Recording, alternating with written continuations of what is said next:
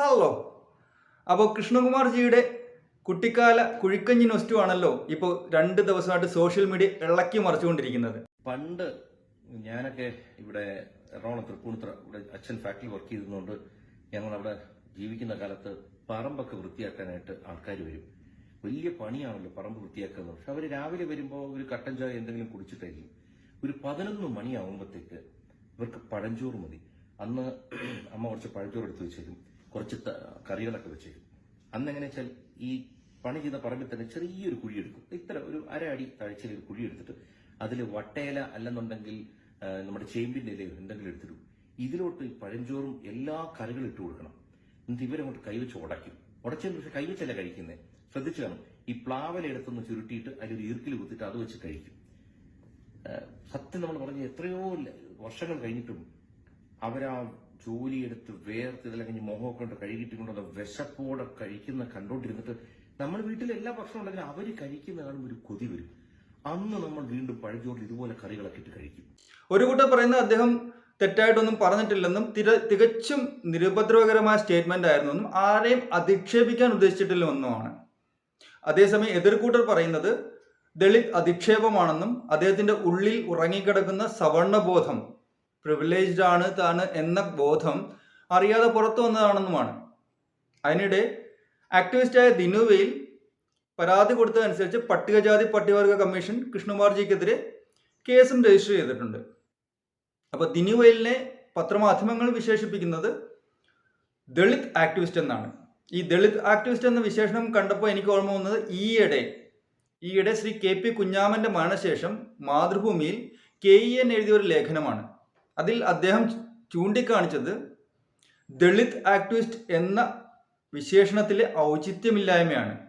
Christian activist എന്നോ മുസ്ലിം activist എന്നോ Nair activist എന്നോ ഈഴവ ആക്ടിവിസ്റ്റ് എന്നോ ഉപയോഗിക്കാത്തിടത്ത് ഈ ദളിത് ആക്ടിവിസ്റ്റ് എന്നതുകൊണ്ട് എന്താണ് ഉദ്ദേശിക്കുന്നത്, എന്തിനാണ് അങ്ങനെ ഒരു വിശേഷണം എന്നാണ് അദ്ദേഹം ചോദിച്ചത്. ആ ചോദ്യത്തിന് ശേഷവും മാധ്യമങ്ങൾ ഇത് പബ്ലിഷ് ചെയ്ത, ഇത് പ്രസിദ്ധീകരിച്ച മാധ്യമം അടക്കം അങ്ങനെ തന്നെയാണ് യൂസ് ചെയ്യുന്നതെന്നാണ് എനിക്ക് തോന്നുന്നത്. ഈ ദളിത് ആക്ടിവിസ്റ്റ് എന്നാൽ എന്താണ്? ദളിതർക്ക് വേണ്ടി പ്രവർത്തിക്കുന്ന ആക്ടിവിസ്റ്റ് എന്നാണോ ഉദ്ദേശിക്കുന്നത്? അങ്ങനെയാണെങ്കിൽ അവർ സൊസൈറ്റിക്ക് വേണ്ടി തന്നെയല്ലേ പ്രവർത്തിക്കുന്നത്? അവരൊരു സോഷ്യൽ ആക്ടിവിസ്റ്റ് തന്നെയല്ലേ? അല്ല, ദളിത് ആക്ടിവിസ്റ്റ് എന്നൊരു വിശേഷണത്തിന്റെ അർത്ഥമില്ലായ്മ ഇനിയെങ്കിലും മാധ്യമങ്ങൾ ചിന്തിക്കണം. അപ്പോൾ നമുക്ക് കഞ്ഞിയിലേക്ക് മടങ്ങി വരാം. കൃഷ്ണകുമാർജിയുടെ കുട്ടിക്കാലത്ത്, അതായത് അദ്ദേഹത്തിന് 5, 6, 7 വയസ്സുള്ളപ്പോൾ, അദ്ദേഹത്തിന് 5, 6, 7 വയസ്സെന്ന് പറയുമ്പോൾ 70കളുടെ തുടക്കം, കാരണം അദ്ദേഹം 1968 ജനിച്ച ആളാണ്. അപ്പോൾ 70കളിൽ അദ്ദേഹത്തിന്റെ വീടിന്റെ പറമ്പിൽ പണിക്ക് വന്നവർക്ക് കുഴികുത്തി ഇലയിട്ട് അതിൽ പഴങ്കഞ്ഞിയും കറിയും കൊടുക്കുന്നതിനെ പറ്റിയാണ് അദ്ദേഹം ഒരു വീഡിയോയിൽ പറഞ്ഞത്. ഈ പഴങ്കഞ്ഞിയുടെ ഓർമ്മ വന്നത് 5 സ്റ്റാർ ഹോട്ടലിൽ ചെന്നപ്പോൾ അവിടുത്തെ ബുഫയിൽ ഒരു ഇനമായിട്ട് പഴങ്കഞ്ഞി കണ്ടപ്പോഴാണ് അദ്ദേഹത്തിന് ഈ ഓർമ്മ വന്നത്. അദ്ദേഹത്തിന്റെ ബോഡി ലാംഗ്വേജിലോ ജസ്റ്റേഴ്സിലോ നെഗറ്റീവായിട്ട് യാതൊന്നും ഉണ്ടായിരുന്നില്ല. ആരെയും അധിക്ഷേപിക്കുന്ന രീതിയിലല്ല അദ്ദേഹം അത് പറഞ്ഞത്. അത് ഞാൻ എഗ്രി ചെയ്യുന്നു. പക്ഷേ ഈ സ്റ്റേറ്റ്മെന്റിന് ഒരു പ്രശ്നമുണ്ട്. അദ്ദേഹം പറഞ്ഞതിൽ ഒരു പ്രശ്നമുണ്ട്. ഒരു ചെറിയ പ്രശ്നമല്ല, ഒരു വലിയ പ്രശ്നമുണ്ട്.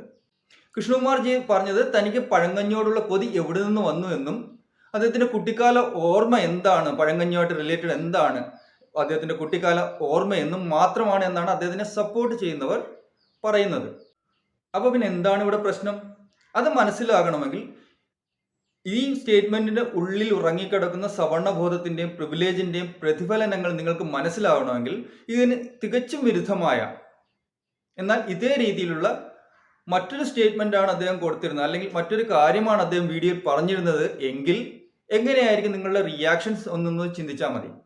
ഞാൻ 5 സ്റ്റാർ ഹോട്ടലിൽ ആ ബുഫേയിൽ പാൽക്കഞ്ഞി ഉണ്ടല്ലോ, എനിക്ക് കുട്ടിക്കാലത്ത് അമ്മ സ്വർണ്ണത്തളികയില് പാൽക്കഞ്ഞി വിളമ്പുന്നതാണ് എനിക്ക് ഓർമ്മ വന്നത്. അതെന്ന് വെച്ചാൽ ഇങ്ങനെ ചൂടോടെ ഇങ്ങനെ പാൽക്കഞ്ഞി ടേബിളിൽ വെച്ചേക്കും. ഞാനിത് സ്വർണ്ണക്കരണ്ടി കൊണ്ട് കോരി ഊതി കുടിക്കുമായിരുന്നു. അതാണ് എനിക്ക് അത് കണ്ടപ്പോൾ ഓർമ്മ വന്നത്. ആ കൊതി, ആ സ്വർണ്ണക്കരണ്ടിയിൽ ഇങ്ങനെ കോരി കുടിക്കുന്നതിന്റെ ആ ഒരു സുഖം. ഇങ്ങനെയായിരുന്നു അദ്ദേഹം പറഞ്ഞിരുന്നതെങ്കിൽ എന്താകും നിങ്ങളുടെ മനസ്സിലേക്ക് ആദ്യം ഓടിയെത്തുക, അല്ലെങ്കിൽ എന്താകും നിങ്ങൾ ചിന്തിക്കുക? അദ്ദേഹം സ്വർണ്ണത്തളികയിൽ വിളമ്പിയ കഞ്ഞി സ്വർണ്ണക്കരണ്ടി കൊണ്ട് കോരി കുടിക്കുന്നതിനെ പറ്റിയാണോ, അതോ അദ്ദേഹത്തിന് പാൽക്കഞ്ഞിയോടുള്ള കൊതിയെ പറ്റിയാണോ നിങ്ങൾ ആദ്യം ചിന്തിക്കുക? ഓഫ് കോഴ്സ് മെജോറിറ്റി ചിന്തിക്കാൻ പോകുന്നത് ആ സ്വർണ്ണത്തളികയിൽ സ്വർണ്ണക്കരണ്ടി കൊണ്ട് കഞ്ഞി കുടിക്കുന്ന ആൾ എത്ര സാമ്പത്തിക ശേഷിയുള്ള ആളായിരിക്കും, എത്ര പ്രിവിലേജ്ഡ് ആയിട്ടുള്ള ആളായിരിക്കും എന്നായിരിക്കും നിങ്ങൾ ആദ്യം ചിന്തിക്കാൻ പോകുന്നത്. അല്ലാതെ പാൽക്കഞ്ഞിയുടെ രുചിയോ ആ പാൽക്കഞ്ഞിയുടെ രുചി അദ്ദേഹത്തിന് അല്ലെങ്കിൽ പാൽക്കഞ്ഞിയുടെ കൊതി അദ്ദേഹത്തിന് എവിടെ നിന്ന് വന്നു എന്നോ അധികം പേരും ചിന്തിക്കില്ല. ഇങ്ങനെ ചിന്തിക്കുന്ന വളരെ കുറച്ച് പെർസെൻറ്റേജ് ആൾക്കാർ മാത്രമേ കാണൂ. അപ്പോൾ ഇതേ കണ്ടീഷനിലേക്ക്, ഇതേ സിറ്റുവേഷനിലേക്ക് പറമ്പിൽ കുത്തിയ കുഴിയും ആ കുഴിയിലെ ഇലയിൽ വിളമ്പിയ കഞ്ഞിയും എടുത്തു വെച്ച് നോക്കുക. ഇനി നിങ്ങൾ പറയുക, അദ്ദേഹം പറഞ്ഞത് അല്ലെങ്കിൽ അദ്ദേഹം പറഞ്ഞ കാര്യത്തിൽ ഹൈലൈറ്റഡ് ആയിട്ടുള്ള എന്താണ്? അദ്ദേഹത്തിന് കൊതി വന്ന ആ പഴങ്കഞ്ഞിയല്ല. അവിടുത്തെ ഹൈലൈറ്റഡ് പോയിന്റ് എന്നത് പറമ്പിൽ കുത്തിയ കുഴിയിൽ വിളമ്പിയ കഞ്ഞിയാണ്. അതെ, അത് തന്നെയാണ് ഇവിടുത്തെ പ്രശ്നം. അഥവാ അദ്ദേഹം പറഞ്ഞത്, പണ്ട് എൻ്റെ വീട്ടിലെ പറമ്പിൽ പണിക്ക് വരുന്നവർ ജോലിയെല്ലാം കഴിഞ്ഞ് ക്ഷീണിച്ചു വരുമ്പോൾ അമ്മ പഴങ്കഞ്ഞിയും കറികളും കൊടുക്കുമായിരുന്നു. അത് അവർ ആസ്വദിച്ച് കഴിക്കുന്ന കാണുമ്പോൾ എനിക്ക് കൊതി വരുമായിരുന്നു. അതേ കൊതിയാണ് ഇന്നും എൻ്റെ മനസ്സിലുള്ളത് എന്ന് പറഞ്ഞിരുന്നെങ്കിൽ പ്രശ്നമില്ലായിരുന്നു. പണി കഴിഞ്ഞ് വന്നവർക്ക് പഴങ്കഞ്ഞി കൊടുത്ത് അന്ന് എല്ലാ വീടുകളിലും എല്ലാവരും പഴങ്കഞ്ഞിയൊക്കെ തന്നെയാണ് കഴിക്കുന്നത്. ഇന്നും ആൾക്കാർക്ക് മലയാളികൾക്ക് പഴങ്കഞ്ഞി ഇഷ്ടമാണ്. ഓക്കെ, അപ്പോൾ പഴങ്കഞ്ഞിയാണ് കൊടുത്തത് എന്ന് പറഞ്ഞതിന് പ്രശ്നമില്ല. പക്ഷേ അവിടെ കുഴികുത്തി ഇലയിട്ട് അതിൽ കഞ്ഞി വിളമ്പുമ്പോഴാണ് പ്രശ്നം. അതിൽ കഞ്ഞി വിളമ്പുമ്പോഴാണ് അറിഞ്ഞോ അറിയാതെയോ ഉള്ളിലുള്ള സവർണബോധം പുറത്തേക്ക് വരുന്നത്. അത് തന്നെയാണ് ഇവിടുത്തെ പ്രശ്നം.